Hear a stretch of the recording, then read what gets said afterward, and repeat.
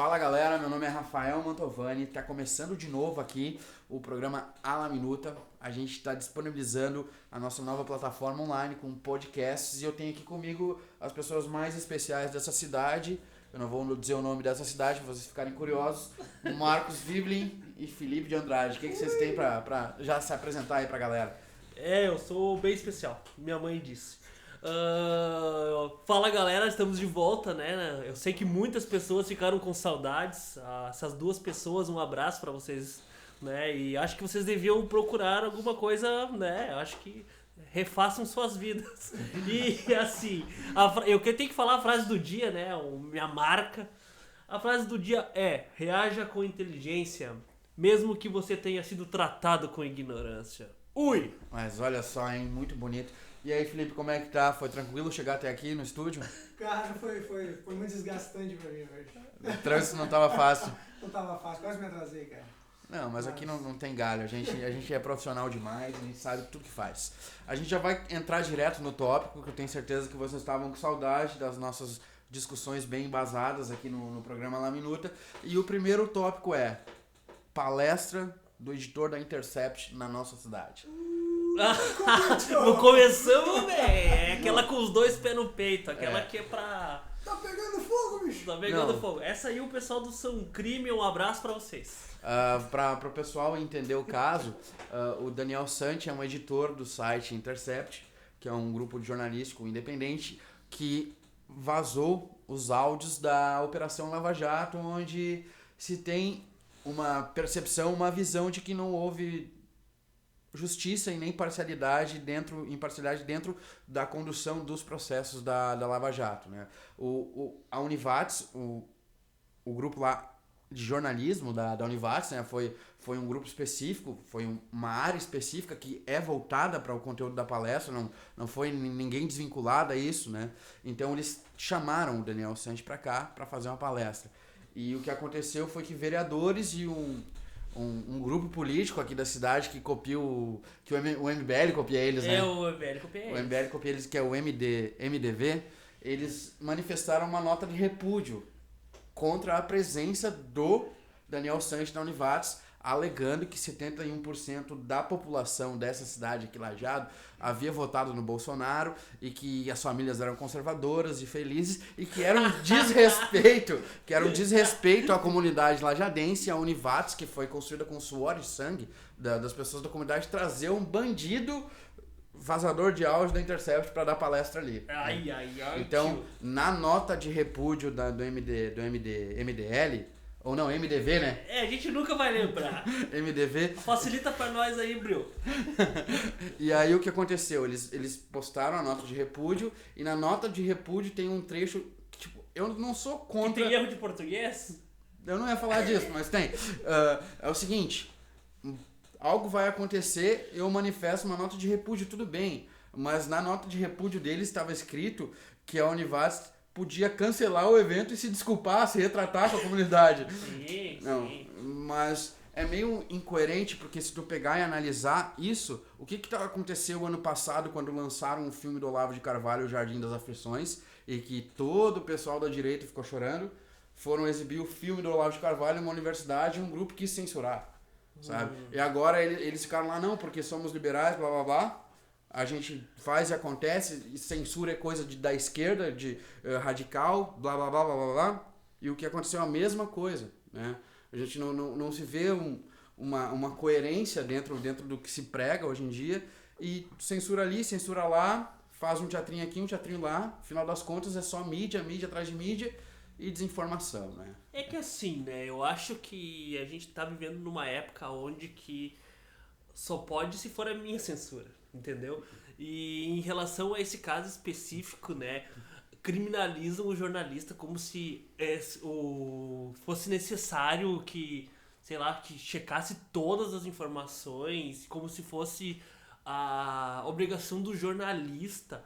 Não, o jornalista ele divulga, né? Ele divulga o que ele sabe, da forma que ele sabe. Eu não vi esses questionamentos em outras situações onde que houver um vazamento, sabe? O jornalista vazar é normal, um juiz vazar não é normal. Já é um pouco diferente. É diferente. São coisas diferentes. A função do jornalista é essa. Aham. Investigar, descobrir, independente de instituições de qualquer coisa. Não, Ele tem o papel dele. E uma coisa que fica bem estranha, assim, né? Esse é um ponto de vista pessoal, é que, tá, peraí, a Univates, ela não é livre para chamar quem ela quiser. O núcleo de jornalismo não é... Privada? Aparentemente ela é uma universidade privada, né? Então ela tem autonomia, ela não precisa prestar contas de quem ela chama. E outra, ela vai de repente vai ter uma palestra de alguém que eu não goste. Aí, Flávio Morgenstein. eu não sei quem é esse cara. É um cara bem chato. E aí as pessoas vão se mobilizar contra. Tipo, não faz sentido. A Univates, por ser uma universidade, se espera uma pluralidade de ideias. Então todas as ideias devem ser ouvidas. Porque eu acho que isso é um pouco de recalque, né? Porque não chamaram lá alguém de algum movimento aqui pra fazer palestra. O Kim Kataguiri.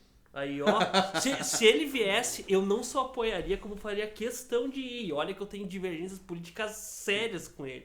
Mas seria uma boa palestra, seria Mas é interessante. importante tu ver os dois lados. E vocês acham o quê? Que esse palestrante vai fazer propaganda pra esquerda? Não, ele vai falar do trabalho. Vai chegar a camiseta da CUT? Não, ele vai falar sobre o trabalho dele, ele vai falar sobre como que foi as informações, de que forma que funciona o Intercept. E eu acho que isso quem estuda a área do jornalismo provavelmente quer muito saber, quer conhecer esse tipo de situação, ainda mais porque o jornalismo independente está cada vez mais em voga em vários lugares do mundo. E o Intercept é premiado no mundo todo. Pô, vamos lá, né? Mas se chamar o Alan do Terça Livre não ia ter problema.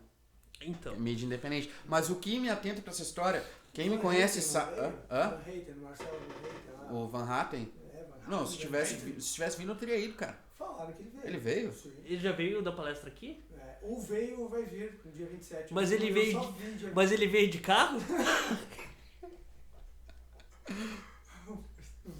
Mas o que acontece, que eu acho mais grave nisso, nessa questão de um movimento político querer dizer o que tu pode ou o que tu não pode, ou o que tu deve ou tu não deve ouvir, estudar, é o seguinte: eu acho um tremendo desrespeito com as pessoas, no sentido de que tu não concebe dentro da tua cabeça que elas são capazes de pensar por elas mesmas, independente do assunto que elas estiverem estudando, entende? Eles se colocam numa postura assim: vai vir um cara do Intercept, vai falar um monte de coisa, tal, vai envenenar a cabeça deles e todo mundo vai virar comunista, sabe? Eles acham que as pessoas não têm capacidade de discernir o que é e o que não é. Mas contratado pelo Lula. tu acha que isso tem a ver com as pessoas terem um conhecimento da sua própria mente e achar que todo mundo é assim? Provavelmente. Então, o que tu disse, Felipe? Tu acha que foi Não, contratado? o plano do Lula. É do Eu Lula? Acho que tem algo, o Lula tem alguma Eu coisa acho com que é Lula Vates. Que A Lula... É uma Lula nova Vates. possibilidade do Lula Vates. Na verdade, eu não queria falar aqui, mas vou soltar, e me chamaram pra fazer uma aula lá. Eu vou ser professor de Mas olha só. defesa contra a arte das trevas e... E aí é contra a direita. Vai ser eu, o Dumbledore, a Minerva. E o Snape? O Snape, na verdade, eu tô pegando o cargo dele. Tu né? tá substituindo o Snape. Cara, quem veio pra cá, assim, com certeza mesmo, foi o Alexandre Garcia. Ele veio pra cá, Alexandre Garcia? Quem veio, foi semana passada, eu acho. Aí, ó, então nós temos exemplos de jornalistas que se venderam e jornalistas independentes. Ó, e tá tudo, eu acho que tá de bom tamanho pra todo mundo. Ele até fez uma reclamação sobre o estado das estradas daqui e tal, então muito ruins e tal. Tinha pedágio, mas não tinha manutenção na estrada, né? Não, eu gosto do Alexandre Garcia, eu acho ele um baita de um profissional, cara. Respeito muito o trabalho dele. E também, como eu não tenho muito conhecimento da história do Glenn, mas ele também é um jornalista importante, apesar de eu não simpatizar com algumas coisas dele, tipo, eu não vou menosprezar o trabalho da Intercept, do que aconteceu, porque apesar de tudo, é uma informação que ninguém tinha e tá todo mundo vendo agora. Por que a gente tem que ser contra isso? Pois né? não faz sentido. Tu não querer colocar o dedo na ferida, tu não querer ver o vespeiro. Muitas pessoas acham assim, tipo, elas separam situações que envolvem a direita e a esquerda e põe panos quentes naquilo que melhor se adequa ao seu pensamento político. Eu acho extremamente equivocado, né? Aquela pessoa que estava gritando por justiça em situações que envolviam esquemas existentes há 700 anos, mas foram descobertos durante o governo do PT, hoje fecha os olhos para situações assim, ou piores, né? Porque se tu for ver, essa situação que envolve o Moro e o rapazinho com nome de remédio é muito esquisito, né? Para quem é operador do direito ou tem um mínimo de conhecimento, já sabe, entende, sabe como que é o tratamento do juiz com as partes normalmente, né? Eu tenho bastante experiência nisso e eu acho que todo mundo sabe que, olha, eu não tenho o WhatsApp de nenhum juiz das comarcas onde que eu atuo e acho bem bizarro, assim, bem estranho. E eu acho que qualquer pessoa com o mínimo de discernimento já entenderia que isso é estranho. Eu acho que as pessoas elas têm uma imagem diferente do que é realmente o papel do juiz. O juiz não tá lá para condenar, ele não tá lá para punir. O Sérgio Moro não é um herói, né? Ele fez ele tem uma função dentro da estrutura jurídica, né, dentro do direito, e ele tem que trabalhar de acordo com o processo, né? Então todos os processos eles têm que passar por o trabalho do juiz, assim, ó, não é aplicar a lei dentro de cada situação e não, sei lá, de repente tomar para si o papel do Ministério Público ou pegar holofotes, né? E outra coisa que eu acho aí também é muito... É pessoal, eu sei que pessoas discordam, mas assim... O cara, ele ajudou a condenar um candidato, né? Porque o Lula pretendia ser candidato à presidência. Ele ajudou a condenar um candidato e depois ele é ministro de outro, do vencedor. Pá, vamos lá, né? Eu acho que não precisa de muita coisa pra achar que alguma coisa aí tá errado. Mas também pode não ter nada de errado. E o que o Intercept fez? Mostrou que existe uma possibilidade de ter algo errado. Qual que é o papel do Moro agora? Ao meu ver, é provar, então, que o Intercept manipulou as informações, como eles estão falando. E como que se prova isso? Entrega o celular, Moro. Uma coisa que eu sempre me questionei também, se eu fosse da Intercept, eu pegaria todo o material, isso para gerar mais credibilidade, ficaria para mim, na parte, faria uma cópia e entregaria para as autoridades, né? Tipo, tá aqui, ó, vocês podem fazer o que vocês quiserem com esse material. Eu tenho a cópia e eles não iriam divulgar, com certeza, a Polícia Federal não iria divulgar, e eu seguiria lá no meu escritório Intercept só divulgando. Pá. Eu não sei se eles não pretendem no futuro fazer isso, não sei, porque ainda não acabou, né? Todas as vezes que eles falam sobre o material que foi vazado, diz que tem muita coisa ainda por vir, né? E parece que tem áudios também, então... Não é aquele áudio... Tá chovendo aí? Não, são áudios mais... Mais pancadas. Eu não quero ouvir os áudios porque, cara, a voz do Dallagnol me enche o saco. Eu prefiro a do Moro. Como é que é o Moro aí, Rafa? Imita. Tem que definir que pode ser que a voz é minha. O cara parece que tem um espírito demoníaco dentro dele que tá rasgando ele por dentro. Mas é a conge. A conge. Tenebroso. E é engraçado porque a gente cresce, eu não tenho nada em particular contra ninguém, mas eu cresci na crença, meu pai, pro ser humano ser juiz, ele tem que ser muito inteligente, ele tem que ter lido de Sócrates até um Daniel Steele, sabe? O cara tem que ter lido muito. Eu sempre pensei assim, o cara tem que ter um conhecimento cultural, tem que ter uma bagagem, além de entender sobre as leis da cultura do lugar, ele tem que ter um domínio do português que é exímio, que é acima da média, muito acima da média. E não é o que a gente vê. O juiz que estourou, o juiz que estoura no Brasil é justamente um juiz que tem dificuldade de se expressar. Tu vê aquela fala dele onde ele quer falar uma coisa muito legal, que é a questão, uma hipótese da questão de o homem agredir as mulheres por se sentir inferior às mulheres. Só que ele fala de uma maneira tão estranha... Que ele legitima a agressão. Isso mesmo, sabe? Aí tu vê, o cara é magistrado. Não, é isso aí, eu quero dar os parabéns pro Moro, que ele tá quebrando paradigmas. Não precisa ser inteligente pra ser juiz. Isso aí, Moro, se você quer, velho, isso aí é uma coisa de autoajuda. É só ir. Vamos que vamos. Eu acho que o Moro podia lançar um livro de coaching pra aqueles concurseiros, sabe? Ai, mas igual, falando em coaching, tu já tava pegando a parte do trabalho do Dallagnol, né? Porque ele condenou o Lula por causa de umas palestras pra que ele pudesse fazer umas palestras. Que pessoal bem sofisticado esse. Esse ramo de palestra, ele vem dando certo na política há mais de 50 anos, né, cara? Os caras viram presidente, do nada ele tem palestra pra fazer em qualquer lugar. Pior que é por aí. Imagina como vai ser as palestras do Mito. Eu quero ir ver a palestra não. dele. Como esconder o Queiroz? Mas- Cadê o Queiroz? Eu vi uma notícia assim que a gente tava parado, você viu? A gente ficou um tempo sem aparecer. O Queiroz também. E o Queiroz também. Já ganhou. O Queiroz tá trabalhando pra nós aqui. O Queiroz tá aqui. Na verdade, assim, ó. O Queiroz parece que é o campeão mundial de esconde-esconde. E ele não apareceu pra ganhar o prêmio. Ele é bom nisso. Ele é bom Vai parar no Guinness. Eu tenho muito dó, assim, de ficar falando, né, de políticos por causa que as pessoas se ofendem. Se ofendem. Eu não me ofendo. Pelo menos pode cuspir na cara de qualquer político, eu vou achar bonito. Mas... É porque o Enéas é lixo. Ah!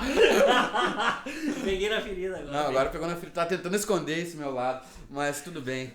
A gente já tá indo pro próximo assunto, né? Não, calma. Eu acho que a gente tem que concluir a respeito ainda desse. Certo.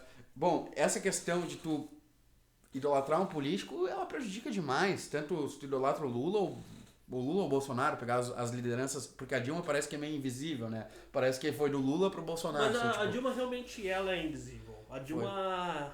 Qualquer pessoa que entenda a Dilma como... tipo, como uma agente com com ideias próprias, ela tá equivocada. Eu acho que a Dilma, pelo menos é o meu ponto de vista, ela seguiu um projeto, né, do PT, e ela era uma companheira, cara. Ela era uma pessoa que, eles puderam contar com ela, ofereceram uma coisa ruim pra ela, né, foram horríveis com ela. Se eu fosse a Dilma, eu odiaria hoje todo mundo que fez ela ser presidente. Principalmente o Lula, né? É, o Lula negociou o impeachment dela, praticamente. E ela foi... Cara, eu acho assim que os livros de histórias vão falar sobre ela e ela teve... Tipo, foram algumas injustiças que ocorreram com ela e não foi só... sofreu impeachment. Não. Eu acho que quem fez ela ser presidente foi equivocado. Né? Foi equivocado. Eu gosto muito da análise do Ciro Gomes sobre a situação, né? A Dilma... ela se viu atada diante de um país em caos. E ela estava atada, ela meio que dizendo assim, o que eu faço? E quem jogou ela lá? Jogou ela lá para que ela ficasse um tempo e alguém depois assumisse. Tanto que todo mundo acreditava que ela ficaria só 4 anos e o Lula já tentaria depois, Sim. né? Só que como o PT quis prolongar 4 anos, aí deu tudo errado, né? Aí deu tudo errado. Mas tu tava falando sobre a situação de idolatrar políticos. Eu já disse no programa, no antigo, que era ao vivo, e repito aqui, pessoal, dá pra odiar todo mundo. Vem comigo! Vem comigo. Vem comigo, dá pra odiar todo mundo. Porque assim, eu acho que a partir do momento que tu é cidadão, os políticos trabalham pra ti, né? E tu tem que ter a visão crítica sempre, né? Eu criticava o governo do PT, eu critico o governo do Bolsonaro, eu vou criticar o governo do Ciro Gomes, que vai ser o próximo presidente, eu tô brincando. Mas assim, eu vou criticar todos que aparecerem. E estarei sempre aqui, porque eu acho que essa é a nossa função. Durante as eleições, eu até entendo que há uma divisão, onde que uma parte quer que um político seja eleito e a outra parte quer que outro. Mas a partir do momento que alguém é eleito, as duas partes têm que se unir como oposição. Todo mundo tem que criticar, botar o dedo na ferida. Eu acho bonito quando pessoas de direita criticam o governo Bolsonaro, porque demonstra que a pessoa sabe que ela tá agora numa posição de crítico, de fazer as coisas melhorar. Tu não vai... a mãe não vai fazer o filho ser alguém na vida sem cobrar algumas coisas dele, né? As coisas não são criadas assim. E o funcionário é assim e o presidente é nosso funcionário. Apesar dele ter essa postura de que eu sou o dono do Brasil, né? Eu que ganhei a eleição. Cara, não. Vamos lá. A gente não vê várias pessoas aqui... Vou falar de uma forma regional. Todo mundo cobra o nosso prefeito. É fácil cobrar o prefeito, né? Todo mundo cobra o prefeito. E o presidente tem que ser da mesma forma, né? Então, eu acho que todo... Eu vi um vídeo que eu recebi do Maurício, aquele Nagashi, que apanhava pro Félix, que ele mandou um vídeo do Brizola. E o Brizola falava que o radicalismo, o extremismo não serve pra ele. Eu também falava isso, não sabia que o Brizola falava isso. O Brizola é... O Brizola é top. O Brizola é ídolo. Não, pera, não era isso. Mas assim, ó... essa aí a gente vai cortar na edição. E aí... E o que ele fala eu acho perfeito, sabe? A partir do momento que tu te cega e pega uma parte extrema, tu pode não notar, mas tu tá muito próximo da outra ponta esquerda, como aquela teoria da ferradura, né? Onde que as duas pontas elas acabam mais próximas do que o meio do... E é isso aí. É isso que eu tenho pra falar. Frio e quente queima igual. Que isso, hein? Frase do dia. Filosófico, hein? Eu gosto muito de uma frase do Dr. Enéas que ele diz o seguinte, que o sistema político, o jogo todo, não importa muito como o indivíduo é antes de entrar nele, mas a partir do momento que ele é inserido dentro desse sistema financeiro político, o indivíduo apodrece junto com o sistema. E a gente tem que ver o contexto disso tudo. A Odebrecht, a JBS, é desde 1956 que eles estão pagando a eleição, que eles estão financiando campanha. Né? Isso não é de hoje. O brasileiro tá na mão desses grupos empresariais, desses políticos que estão ali numa sangria desatada de toda a nação, um país que tem as maiores quantidades de riqueza, pode comparar com qualquer outro país, tirando o petróleo, que a Arábia Saudita tem mais, a Venezuela tem mais, o Brasil é o terceiro país que mais tem petróleo. Mas várias outras coisas o Brasil pode superar com muito potencial os outros países, e não supera justamente porque a gente é um povo que não é capaz de se governar, não é capaz de apontar e colocar o dedo na ferida, isso aí tu não tem liberdade, tu é presidente, tu é isso, tu é aquilo, mas tu não é Deus. Tu não pode fazer tudo. Eu vejo o governo Bolsonaro como... Ele tem dentro dele, ele tem um recalque, que minha percepção, ele tem um recalque muito grande com a mídia e com a oposição. Então, a maioria dos esforços dele nas declarações, nos discursos, é combater esse recalque dele. E o resto fica de lado. Sim. Não se vê um foco, uma disciplina, uma seriedade, um conhecimento técnico avançado a respeito das coisas. Mesma coisa agora, o mundo a China está entrando em recessão, existe o medo que os Estados Unidos entrem em recessão, e o comentário do jornalismo americano é que Donald Trump não entende nada de economia. Né? Então, a gente começa a ver que é uma coisa mundial esse negócio de colocar alguém que não tem legitimidade de conhecimento nenhum numa posição central. Né? O Dr. Enéas já falava isso lá em 89. Para o cara dirigir um avião, ele tem que ter preparo para dirigir um avião. Como é que tu vai botar um cara na frente de uma nação que não entende de nada? Que não entende de liderança, que não entende de economia, que não entende de sociologia, não entende de nada. Né? Vai acontecer o quê? Ele vai entrar dentro de uma corrente de pensamento extremamente fútil e combativa e vingativa, e vai ficar rodando em cima disso aí, e pessoas que ninguém sabe, que ninguém vê, vão estar fazendo as coisas por trás. Mas isso aí é bom lembrar agora, eu vou fazer um contraponto, que isso não é desde o Bolsonaro, né? Antes, outros governos também eram assim. Não, né? O próprio FHC, vai indo pra trás cada vez melhor. Tu vai vendo que os caras não têm o preparo que tu espera do líder máximo da nação, né? Eu acho que às vezes o cara não precisa ter todos os...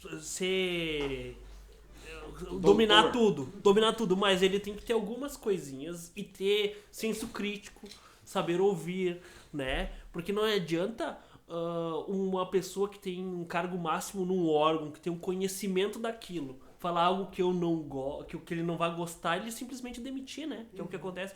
Ah, o quê? Desmatamento? Tá demitido. Tá errado isso aí. Tá errado isso aí. E. Tá ok? E eu acho que não é assim que funciona, né? Mas eu acho assim, pra finalizar, eu acho melhor a gente já passar desse assunto Intercept em Lajeado, né? É interessante, né? Primeiro que o Glenn chegou a twittar a respeito do que aconteceu. Lajado aqui. tá no mapa! Aê, caramba! Lajado tem tanto buraco que o próximo vem pra cá é o Alexandre Frota. Oh! E o Frota, cara, ele...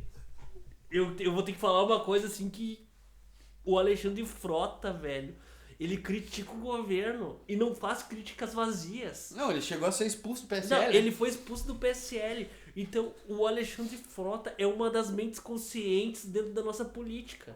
Ô, cara, e quando as pessoas que o Emílio Surita... Eu vi o Emílio Surita falando. Sou grande fã do Emílio Surita e ele falou assim: o Frota é um cara muito inteligente. Eu achei que ele tava brincando. Tipo, eu começo a... Tu achou que era uma gozada? Achei que ele tava dando uma gozada. Mas eu começo a ver assim, e desde o início, logo no início, começou todo aquele carnaval, o Frota já falou: ó, não, presidente, não foi isso aí que tu falou. Logo no início, ele já se mostrou dessa maneira. Já botou pra fuder, já deu. Desde o começo. Já entrou fudendo. Isso aí. Quando acabar tudo, ele vai voltar pra casa dos artistas. Vou te pegar legal. E se o PSL não cuidar, assim como eles tiraram o Frota entra de novo.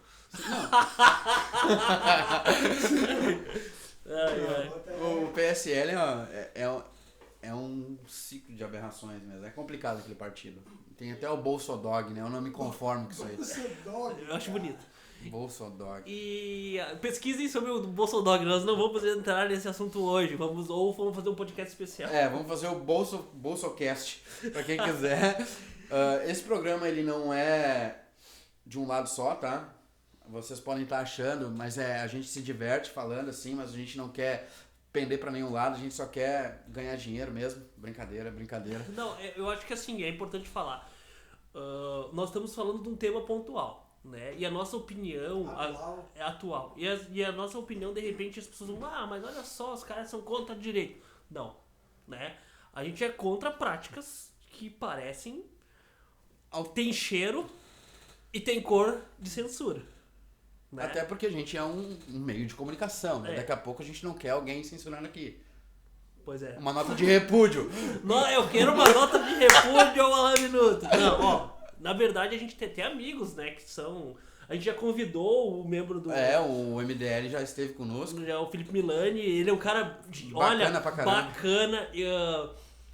Quem vê aquela barba dele, aquele ar, assim, no Facebook, às vezes meio revoltos, cara, o cara é gente boníssima, velho. Só faltou trazer uma coca e uma traquinas. Aí a gente era muito bruxo. O cara é...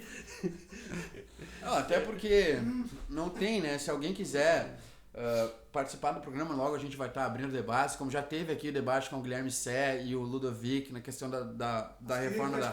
o Petkovic. Padre Quevedo, Petkovic. A reforma do Chile. Não. É muito bacana isso aí. Acho que então vamos encerrar esse assunto, né? A gente já sofreu demais aqui falando de política. Vamos falar de uma coisa um pouco mais leve agora. Ih, rapaz. Meu Deus do céu. Rude. O quê? O que foi que tá valendo? E o Grêmio? Agora que eu vou falar sobre o momento esporte. E assim, já começa do jeito que o Ruti Costa. Chupa, Marcon! O Grêmio ganhou e já tá na final da Copa do Brasil. Não adianta jogar lá no campo sintético do Atlético. Como é que fala Atlético agora que tem H no meio? O Rudy não sabe. Fala do mesmo jeito, Rudy. Ô, Rudy, e pelo jeito foi 2-0 a partida, né? Foi 2-0, o Grêmio jogou como sempre, assim, dentro da arena, não tem como, né, cara? E assim, foi o segundo gol pra mim foi mais colaço. Te falta, assim, um colaço. Se bem que o André Palada também, olha... A tia Carmen hoje tá de sorriso de orelha a orelha. Porque deve ter faturado uma graninha ontem, porque, olha... Dizem que quem faz gol pecha na night, né? Imagina o André Palada quando faz gol. Ele não só pecha, né? Ele faz de tudo. Então o Grêmio tem um passo muito importante pro primeiro jogo. Tem o jogo de volta que vai ser lá naquela campo sintético lá do Atlético, porque não é grama. Tu não sabia, Felipe? Lá no Atlético Paranaense é carpete que eles jogam. E eu acho difícil, mas o Grêmio com 2 gols, eu acho que... Só se tiver Mandinga, Macumba, do Ruben, do Marcon, porque se depender do jogador do Grêmio, né? E ontem, adivinha, né? Tava com o celular já esperando quando fez o segundo gol. E coloquei no FIFA Voz. Eu, Nene, a Elka, todo mundo gritando por Ruben. Vai dormir, secador! Aqui é o Grêmio, o imortal! E é isso aí, né? O momento do futebol hoje é só falar de Grêmio. O Colorado não vai jogar no meio da semana, só no final. E assim, ó, pelo que soube, está um embrólio lá no Inter sobre o Guerreiro, se vai ser liberado pela seleção, se não vai. Mas isso aí, que o Guerreiro não tem que ser liberado, eu sou a favor disso desde aquela época que ele cheirou aqueles negócios. Ô, Rudy, eu queria perguntar, porque faz tempo que a gente não conversa sobre isso. Como é que tá a questão lá da tua propriedade lá? O fuzil tá protegendo? Assim, ó, eu comprei uns armamentos assim, ó, eu não posso dizer de quem que eu comprei.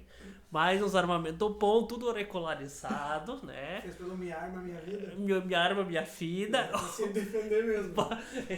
E aí eu tô só tipo Tuca esperando os vermelhos. Ou quando o Inter jogou esses dias, eu tenho um tiro, mas foi só pra sinalizar. Pecou na perna dele. Não, tô brincando. Esse foi o Rudy com o comentário esportivo. Foi um prazer ter o Rudy por aqui. Ele sempre traz essa sabedoria, essa paixão pelo nosso tricolor. Ele me lembra muito o Paulo Santana, até. Com diferença que eu não tô fumando, sou paeiro, né? O Santana, lá nos anos 80, fumava na TV assim, ó. Que loucura. Eu lembro daquele jogo que o Grêmio teve contra o Ajax, que o Grêmio perdeu. Eu também lembro. Ah, que saudade. Foi 95 ou 96? Não sei o certo o ano. Acho que 95. 95, né? Mas eu sei que o Paulo Santana tava lá cobrindo o jogo e ele tava fazendo uma reportagem no outro dia do jogo, na manhã seguinte, com o olho roxo. Ele tinha apanhado, tinha brigado no campo com os caras. E ele era um velho já naquela época, né? Em 95 ele já parecia ter 202 anos. Ele era o Dercy Gonçalves homem, né? Bem por aí. Não. O Paulo Santana é um cara muito lúcido, cara. Futebol, Não. mas muito, Não, assim, muito caricato. eu adoro, eu como colorado tenho que dizer que eu adorava uma figura como ele, tipo, e ele tinha um respeito pelo Inter muito grande. E ele escrevia bem, né, cara? E ele escrevia muito, tem umas crônicas deles que são memoráveis, assim, nossa. E eu realmente acho que A televisão perdeu. o jornalismo brasileiro e gaúcho perdeu muito com a morte dele, né? E tem gente que imita ele num lugar aí, mas é horrível a imitação. Eu nem sei, nem quero ver. Horrível, sabe o que é horrível? O jornalismo de Santa Catarina. Já viu? Alguém aqui já viu? Ouvinte, você, talvez seja de Santa Catarina, você... Como é que eles olham aquelas coisas? Sabe, tem aqueles noticiários locais, assim. Ah, sim. O de Santa Catarina, o noticiário do meio-dia tem um papagaio e um cara de uns 70 anos de cabelo loiro pintado, vestido de surfista, falando as notícias. Eu tava na rodoviária olhando aquilo pensando, meu Deus. Tu não te confundiu com a Ana Maria Braga? Não, inicialmente poderia até ser, mas não era mesmo, porque era um homem. E o estúdio era menor, enfim, o papagaio era maior. Eu vou perguntar de novo. Tu não te confundiu com a Ana Maria Braga? Não, cara, eu vou disponibilizar pra vocês, vou tentar sintonizar lá a local de Santa Catarina, pra vocês verem o quão bizarro é. Qual é o nome? Cara, é tipo a RBS de Santa Catarina. Afiliado de lá, É, lá, meu Deus do céu. Não, tu não tem noção do que é o jornalismo deles. Se o pessoal se manifesta contra o Intercept, eu acho que tinha que se manifestar contra esses caras aí, porque, tenebroso. Ah, mas a única coisa boa de Santa Catarina é que lá é legalizado, Floripa, né? Lá é legalizado. Lá pode tudo. Lá é legalizado. Pode dormir na rua, dormir dentro de casa. Mas enfim, vamos sair dessa questão de Floripa aí, senão daqui a pouco vamos estar falando coisas da gente. Nota de repúdio. Nota de repúdio pra Floripa. Pra Floripa, não pra nós. Olha só, bom, agora a gente vai entrar num assunto um pouco mais denso, que aconteceu no mês passado, que não teve a repercussão que deveria ter, na minha opinião. Ou talvez até foi bom que não teve repercussão, porque talvez não repercutisse em novos casos assim. Mas alguém ouviu falar da história do Lumar Lopes? Não, por nome, assim, só se contratado pelo Lajadense ou pelo Inter. Não, ele não é jogador de futebol. Vereador? Não, ele... Vereador, ele tá envolvido com o PT? Não. Olha só. O Lumar Lopes é um jovem de 28 anos. Foi o último registro de um psicopata no Brasil, assim, de caso extremo de psicose. Eu acompanhei todas as entrevistas dele e li algumas reportagens. E também, para quem não me conhece, eu tenho um grande apreço por o assunto, o tema de serial killer, né? E psicopatas e criminologia. A questão é a seguinte, esse cara, ele se mudou para casa da tia dele, que fica em Sorriso,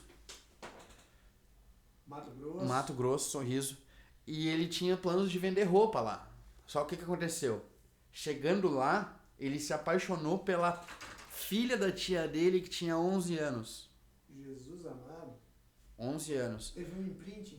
E aconteceu umas brigas com a tia dele, e ele simplesmente esfaqueou ela, arrancou o coração, foi até a casa de um cara que ele conhecia, pegou uma lata de azeite, fritou o coração e comeu tomando uma garrafa de pitu, a cachaça pitu. O que aconteceu? Depois que ele fez isso, ele foi até a casa da tia dele, encontrou a priminha dele, a filha da mulher que ele acabava de tinha matado, e falou, ó, matei a tua tia, agora tu vem comigo.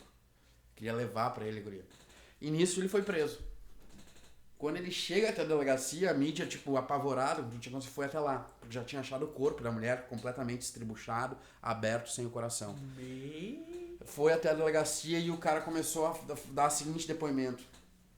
Ela merecia morrer. O universo tava me falando pra matar ela. Aí, no primeiro momento, até os comentários embaixo, esse cara tá se fazendo de louco. E a entrevista vai continuando. E aí ele vai demonstrando umas expressões, uns olhares que não tinha como dizer que o cara não tinha perdido o controle mental. O cara tava fora do ar. Passou aquela entrevista, ele saiu, removeram ele dali e botaram na viatura. Quando botaram ele na viatura, levaram para um lugar, para um presídio. Quando ele chegou no presídio, ele tentou matar um cara enforcado.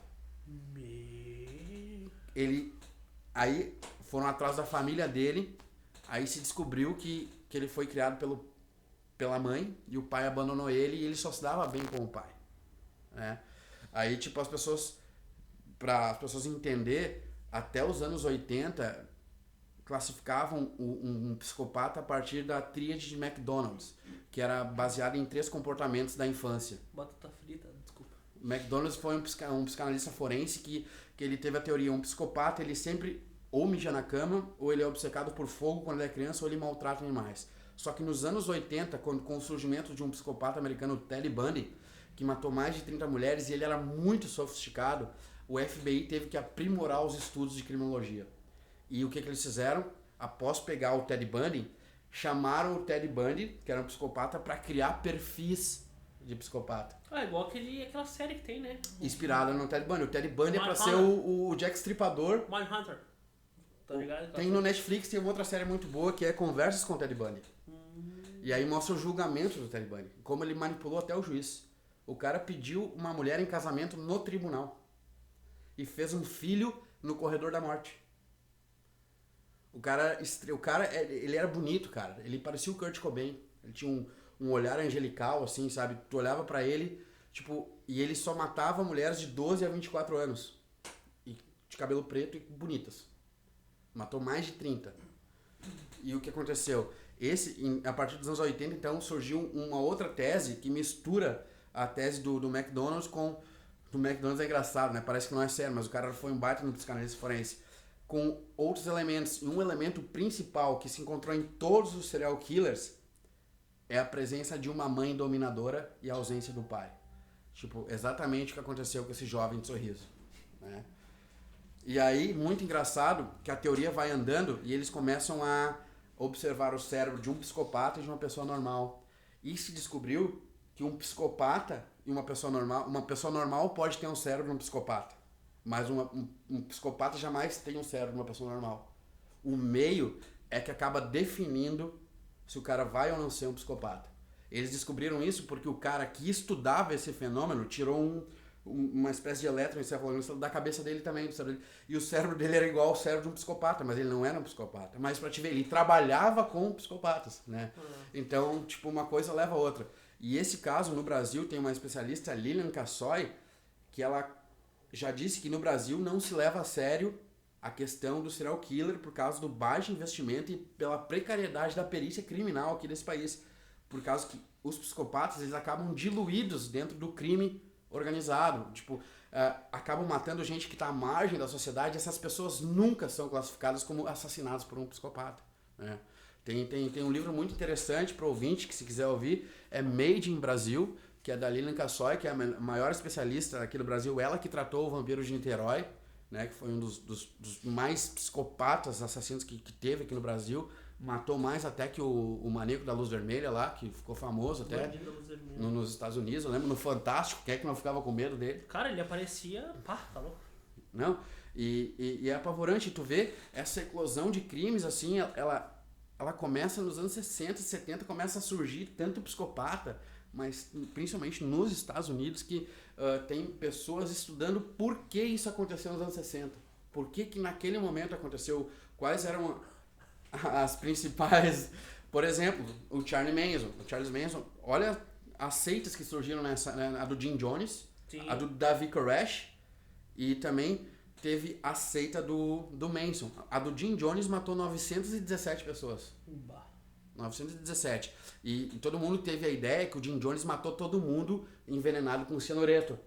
Não, ele pegou, fez primeiro os pais matarem os filhos, para depois os pais verem aquilo e se suicidar. E quem não queria fazer isso, ele matava a criança e matava os pais. Tiro, né?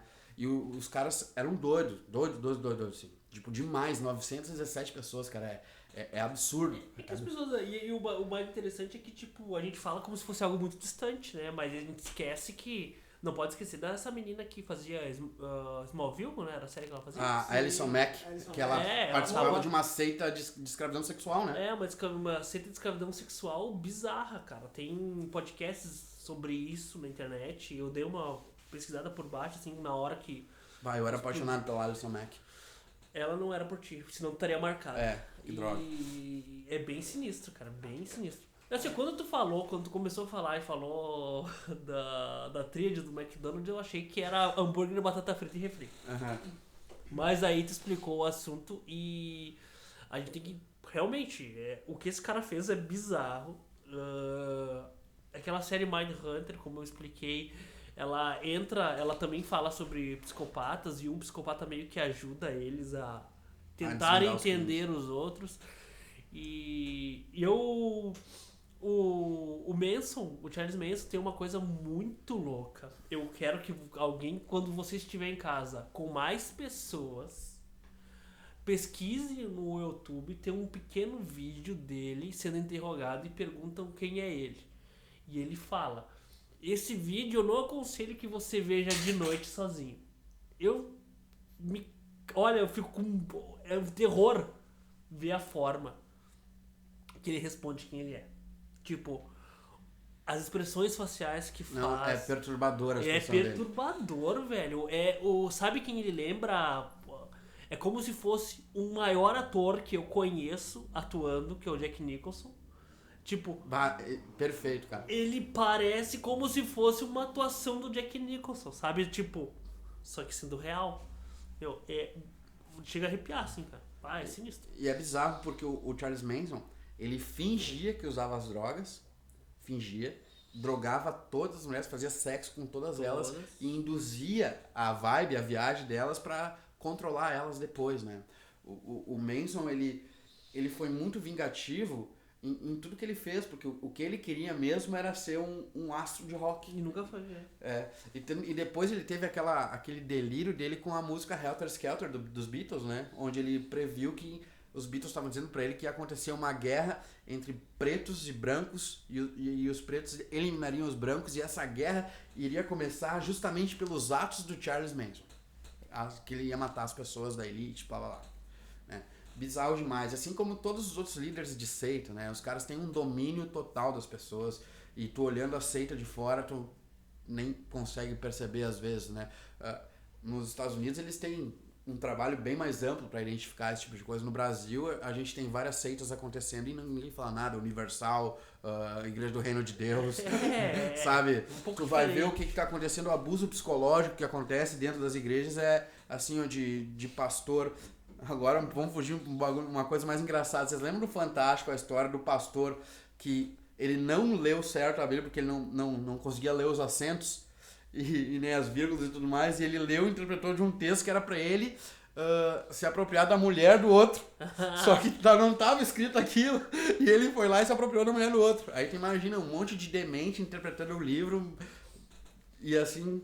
Assim, ó, o máximo que eu entendo de gente maluca interpretando o livro pra seguir a vida é jogando RPG. Também. Depois disso, depois do limite do RPG, eu não acho que é algo saudável, né? Até porque a gente sabe que a Bíblia, eu entendo que ela é um instrumento para divulgar uma religião, só que ela teve alterações, e alterações que foram ocorrendo por causa de algumas sociedades que queriam incutir algumas situações para aquela sociedade, né? Tipo... A gente sabe que teve épocas que textos apareceram e sumiram da Bíblia ou foram modificados para que a sociedade daquela época agisse daquela forma. Tá. Isso não tem nada a ver com crer em Deus, né? Quero só explicar essa situação.